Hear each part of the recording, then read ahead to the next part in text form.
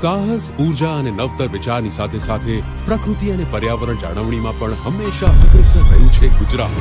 One અને દરેક વન્યજીવને ઉત્તમ ભવિષ્ય આપવાની નેમ સાથે વર્ષ 1950માં તત્કાલીન કેન્દ્રીય કૃષિ મંત્રી શ્રી કનૈયાલાલ મુનશીએ આણંદ ખાતે પ્રથમ વન મહોત્સવ ઉજવી પ્રકૃતિ રક્ષાની ધરોહરમાં વન મહોત્સવની શરૂઆત કરી.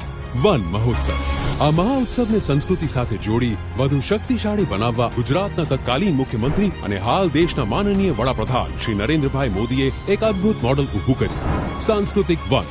માનનીય વડાપ્રધાન શ્રી નરેન્દ્રભાઈ મોદીના એક પેડ માં કે નામ અભિયાનને સફળ બનાવવા માનનીય મુખ્યમંત્રી શ્રી ભૂપેન્દ્રભાઈ પટેલની ઉપસ્થિતિમાં તારીખ 8 ઓગસ્ટ 2024ના રોજ સાંજે 4 વાગ્યે દેવભૂમિ દ્વારકાના કલ્યાણપુર તાલુકાના ગાંધી ગામ ખાતે આવેલા પૌરાણિક અને ઐતિહાસિક મહત્વ ધરાવતા હરસિદ્ધિ માતાજી મંદિર ખાતે 75મો વન મહોત્સવ યોજાશે.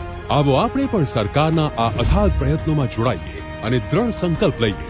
એક પેડ માં કે નામ અંતર્ગત વધુ વૃક્ષ વાવીએ, ગુજરાતને વધુ હરિયાળું બનાવીએ.